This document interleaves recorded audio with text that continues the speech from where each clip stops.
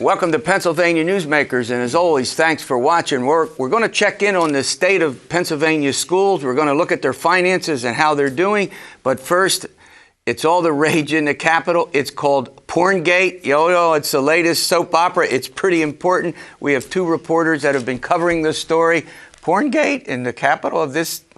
We'll be back in a moment. This is Pennsylvania Newsmakers, a fast-paced, unrehearsed weekly discussion with and about the leaders who shape your world. And now, here's your host, Terry Madonna.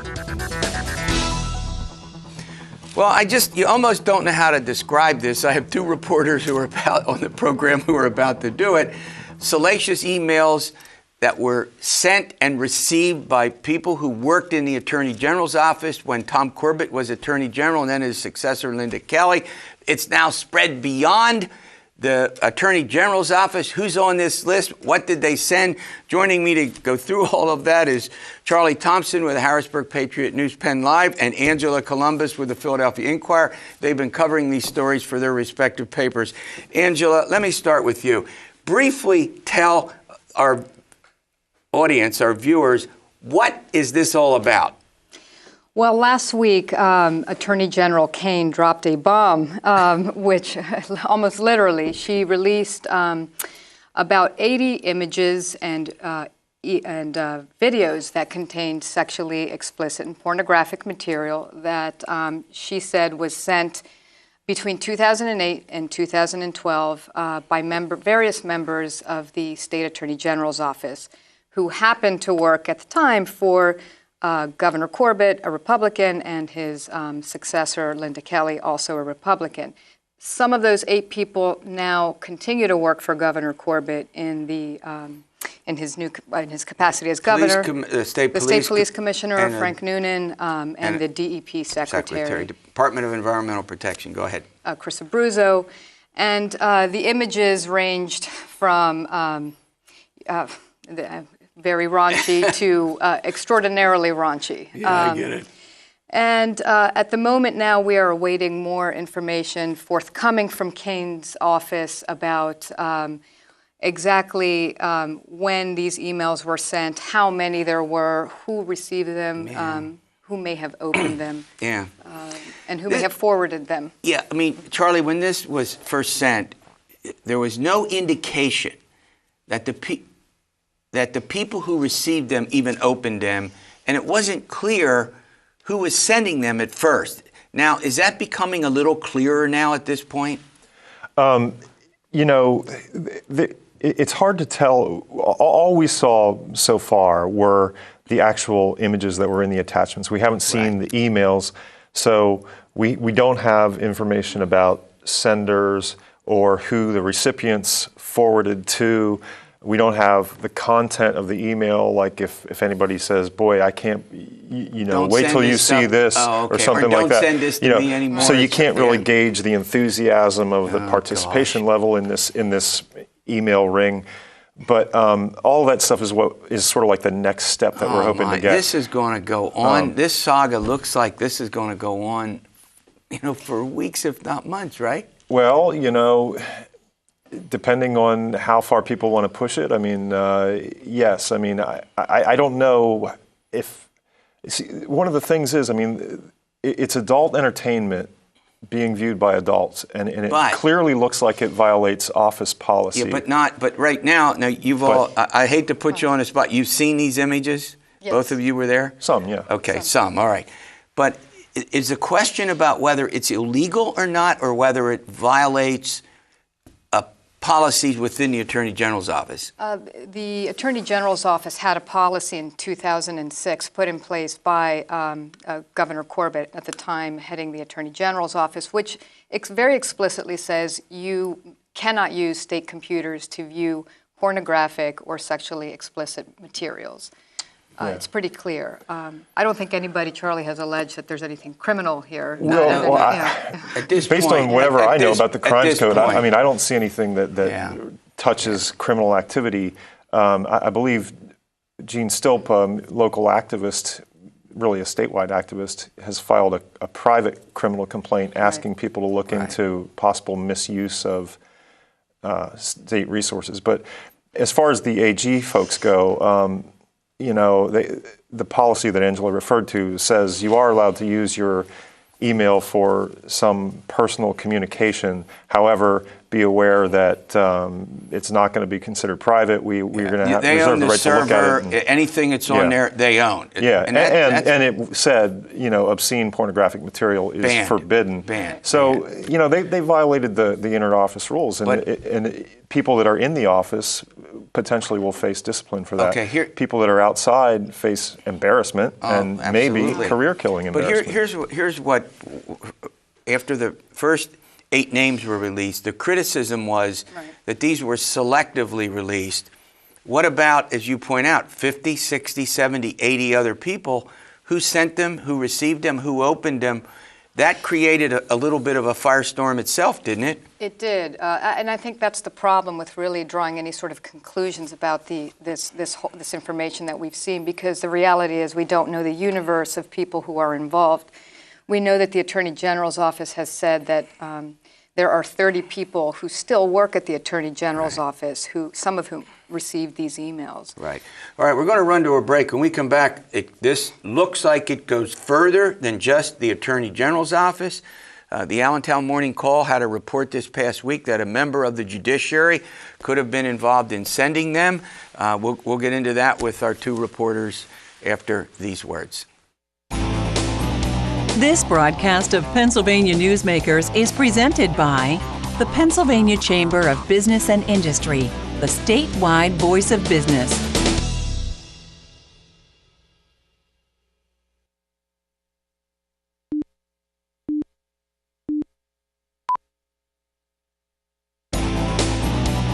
This broadcast of Pennsylvania Newsmakers is brought to you by the Pennsylvania Highway Information Association, the go-to source to learn about transportation projects and issues. Please visit pahighwayinfo.org.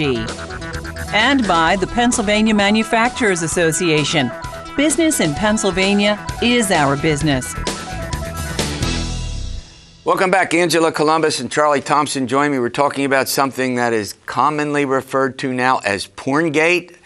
These emails that were sent back and forth within the Attorney General's office, sexually explicit emails. They've created quite a firestorm. Many of the folks involved worked then for Governor Corbett and his successor, Linda Kelly. Also, it now looks like there could be recipients and instigators of these emails beyond the Attorney General's office. Angela, this past week, the Supreme Court Chief Justice asked for what? The Chief Justice, Ronald Castile, asked for Attorney General Kaine for any emails that may have been circulated among any jurists. He did not really expound on why, except citing some news reports, saying that he had seen in some news reports that jurists allegedly received these materials.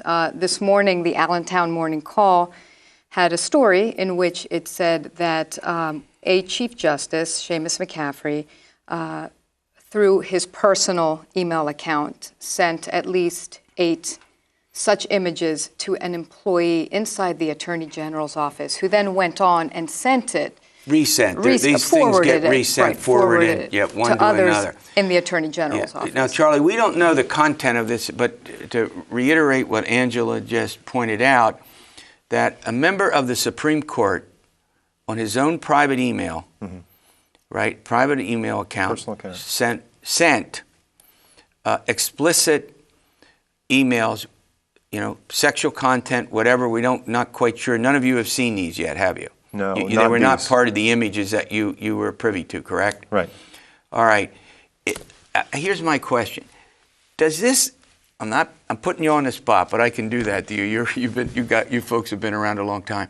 Could this go further and further yet? Does it at least have the potential? Well, I mean, it's going to go further in the sense that I think Justice Castile wants to know were members of the judiciary involved, and I think there's a reason he wants to know that, because I think he's thinking that if it was egregious enough, he's going to discipline them in some way.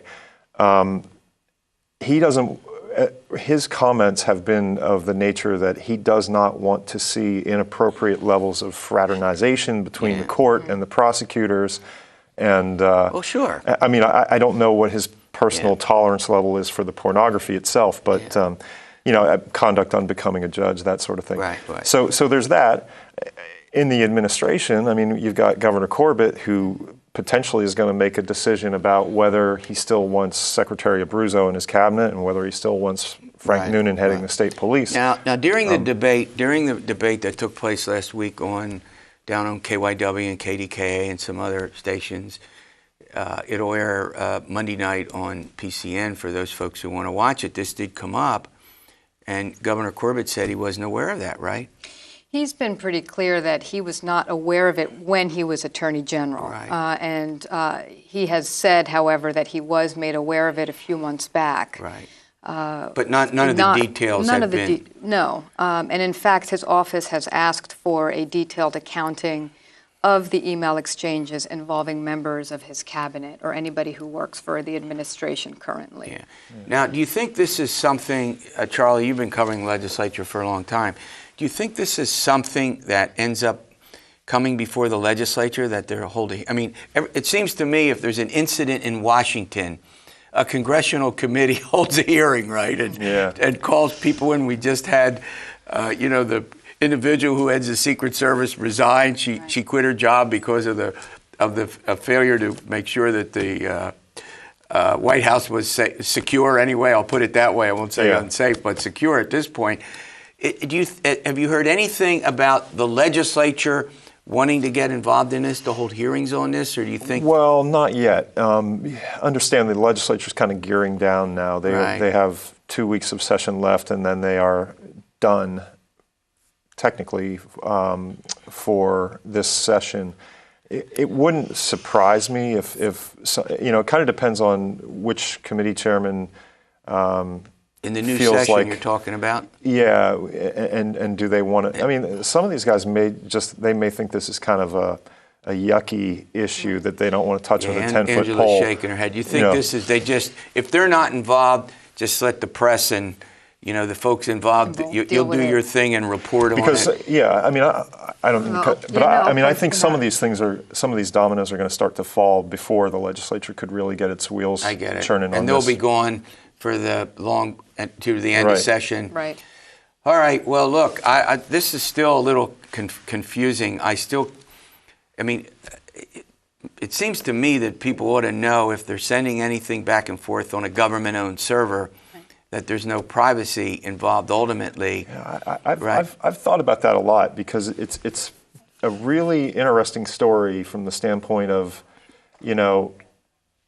I mean, do I order a shirt on my lunch hour from my computer? Yeah. Oh, I get your point. Do I play my football pool, between 4 and 5 on a Friday? Sorry, boss. But I mean, now, Angela, what are you doing on your? I shouldn't ask you that. But you know what? What I think is being missed here, and we haven't said, is that the news organizations, various news organizations, and the Inquirer is one of them, have put in and had put in right-to-know requests for this information, because this information was pulled up during Kane's review of the Attorney General. Yes, the Attorney General's review of the Jerry Sandusky sexual abuse scandal. So she is, in a sense, responding to the right-to-know requests and putting this information out. It's not just suddenly she decided out of the blue to do this. So she did it largely because you were pushing. All right, well, we got it. They're in my ear. We're done. What a great update. All right, coming up, John Callahan is going to come on. We're going to talk about the state of school finances. It's a huge issue in the state. We'll be back with that after these words. This broadcast of Pennsylvania Newsmakers is brought to you by Pennsylvania Credit Union Association. Pennsylvania Credit Unions, where people are worth more than money. To find a credit union that is right for you, check out ibelong.org. And by the Energy Association of Pennsylvania, Pennsylvania's energy information source.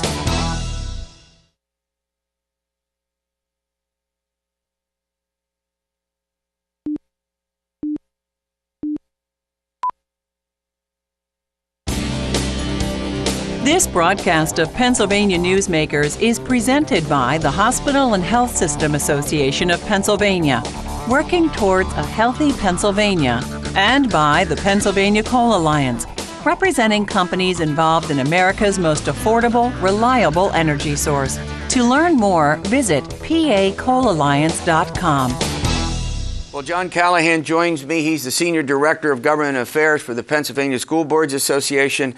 John, I'll tell you, in all of the years of doing what I'm doing, I don't remember when education, there has been so much discussion about so many aspects of education. The school districts, every day, virtually every newspaper, every radio station. Am I right or wrong about that? It's all over, and we polled. I mean, we've been doing polling, and it's the top of the charts for the election.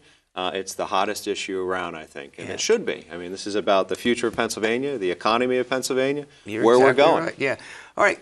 You know, we hear all these discussions about the health. You got property tax hikes. You got layoffs in schools. I mean, almost every day that narrative comes out. What's at the root cause of the financial difficulties that schools face? I'm sure there's several. Yeah, the root cause, I can't name one. There's no silver fine. bullet that'll solve the issue, I guess you could say, for school funding. But I'll tell you what, when it comes to a funding formula, there's a whole work group, there's a whole commission that's working on that, and we can get into that. And then also on the other end is the expense end of the sheet. So what you get from the state is great, but the other side of what we have to pay for in schools, and there's mandates, there's pension costs, there's healthcare costs, and all those things are going up. So when you're talking about the cost of educating, it is going up, and it's going up at a regular rate, but it's going up above inflation, and that's just simply the cost of doing the business of educating kids. And there are two considerations. One is that we have had a funding formula whereby schools got a certain amount of money based on a set of criteria in the past.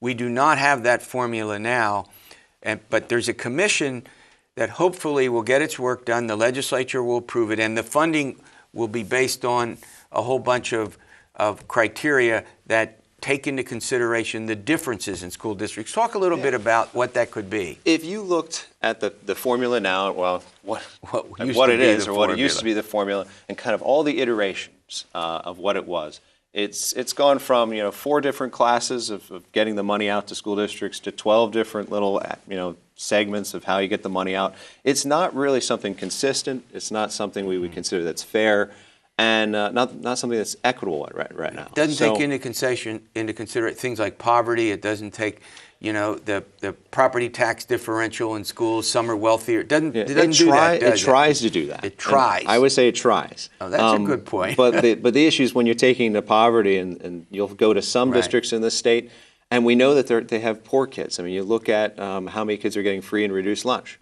But then you look at the poverty rating on it, and it says this district is wealthy. And the state share, that doesn't make sense. And the state share has dropped precipitously over the last couple of decades, making a heavier reliance on property taxes, correct? Yeah, so that's kind of the other trickle-down effect, I guess you could say, of what's going on. When you reduce that rate from the state, and it used to be a partnership. I mean, back in the, I wasn't around, but the 60s, I guess, or maybe 70s. I was around, be careful. It was a 50-50 share between the state and the locals. Now it's a lot less, 37% on average. And so you end up with having the property tax issue that's out there and people are looking at.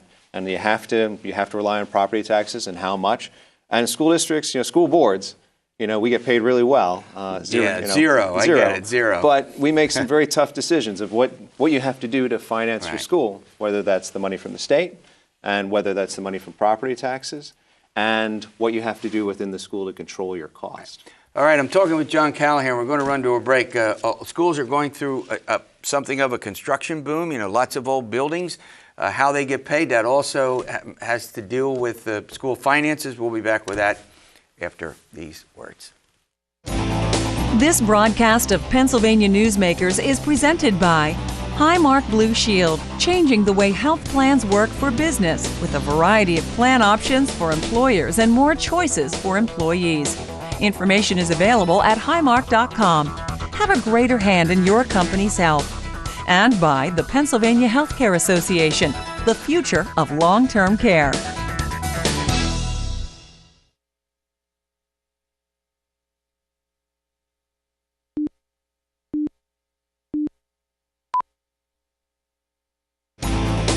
This broadcast of Pennsylvania Newsmakers is brought to you by the Pennsylvania Business Council and by the Pennsylvania Business Council Education Foundation. Welcome back with John Callahan. We're talking about the schools in the school districts and other aspects of education. All right. One of the things we don't hear much about has to do with construction costs and we know they're important, and what is the cost and how does that affect education? We don't hear much about it, but it's pretty important, isn't it? It's very important. You need buildings to actually house kids and have the education in it. And the structure of those buildings and the safety of them is very important. There's a plan, there's actually a state reimbursement plan out there called PlanCon. And what's been happening in short and brief is it would be like if you and I went into an arrangement and said, we're going to be a business and we're going to build a building. And I've got, you're going to pay 30% of that building cost. I'm going to take over the rest of it. And then at the end of the day, what's going on with the PlanCon and with this situation would be as if you said, well, I don't have the time right now. I got to wait for paying you. I'm going to take 3 or 4 years before I pay you. Oh, you mean I just agreed to pay you 70%. You're doing 30%, and then I'm saying I'm not paying you. I'll pay you later. Yeah, I'll pay you later, or is that what's going on take in some the schools time. right now? So what happens is school districts right now have been in what's called PlanCon. Yeah. They've built a school and hope that they get a certain percentage out of the state that they're promising. Right. And they get to the point where we built the school and we're not getting reimbursed for that percentage. So what does that do to the budgets of the exactly? school? What does that mean to taxpayers? That means that what they were planning to get from the state now has to go either back to the taxpayers in some way, or has to go to cuts or some other adjustments. And so that's happening across the state. It's just one of those other considerations that schools have to go through that most of us don't think about that drive up costs, because the builder, the construction needs to get paid. Yeah, I was going to say, somebody. And we're going to pay, and school districts are going to pay them whether they take it out of their reserves or, like I said, some are actually increasing taxes. And, it's just, it's a part of it. We're building schools. We're building better schools. We're refurbishing schools. We're fixing them. And then there's a cost behind that. Well, how does that get resolved? Are you in the court or are you in the legislature? We're in the legislature. We have a bill with Seth Grove right now. We're not going to get it done this session, but I hope next session. York County House member, by the way. Go ahead. We're going to make it happen, I hope, and it reforms not only the process and gets us transparency and helps us plan out our budgets, but I hope next session we'll be asking for a little bit more money in that program so that we actually can fix the backlog that we have. Yeah, I mean, this is, we're out of time. This is something that you don't really think about. I mean, that's why we have folks like you on. You can help us out and understand some of these. Thanks, Jim. All right, we'll see you next week for another edition of Pennsylvania Newsmakers, and as always, stay well.